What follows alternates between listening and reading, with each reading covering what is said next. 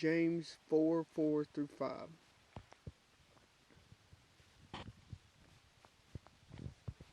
You adulterers and adulteresses, don't you know that friendship with the world is enmity with God? Whoever therefore wants to be a friend to the world makes himself an enemy of God.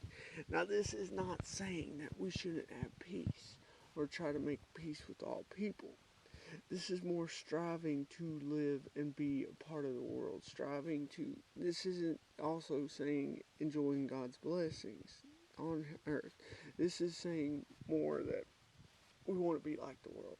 We want to enjoy the things of the world. We want to prosper so much more in this world than we do the things of God. This is the point where it becomes an idol.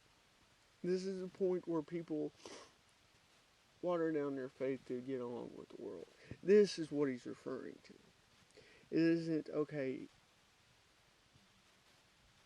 I share my faith with them, but they ain't turning, and I keep sharing it with them, or we're at peace. We ain't called to drive a wedge if they ain't a wedge, as long as we're doing what we're supposed to be doing. So it ain't referring that oftentimes by doing what we're supposed to be doing, if it ain't received, it will drive a wedge. And we're to do that if we're led to, but we ain't to turn people away because they could come. So there's a balance there where we have to follow God, but not being willing to do that is what he's referring to. We're also to enjoy God's blessings here on earth, but to strive for the earthly blessings more than the heavenly is what he's referring to.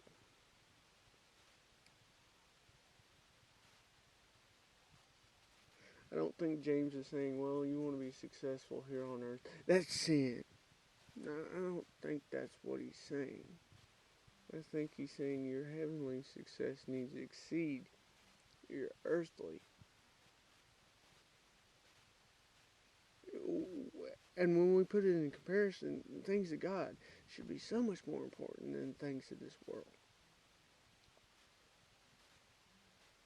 But also, reference to the world oftentimes is sin. So he may also be alluding to the fact that they're seeking sin rather than God. Seeking pleasure, seeking self-indulgence rather than God, which we're to deny to self daily as Christians. Verse 5. Or do you think that the Scripture says in vain, the Spirit who lives in us yearns jealously? So clearly by that, they're making some form of idol of this world. And we as believers battle with idols, whether it be self, whether it be something else, whether it be somebody else, whether it be a thing. We battle with idols. It's part of the flesh. Whether it's actually a statue or not, the premise of putting something before God is an idol. And sin is putting something before God. So if we constantly repeat the same sin, it's as if we had an idol in our life. And we need to remove it. Have him remove it.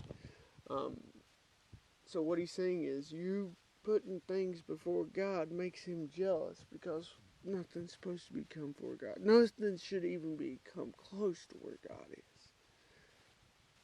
But so many times we fall victim to doing that.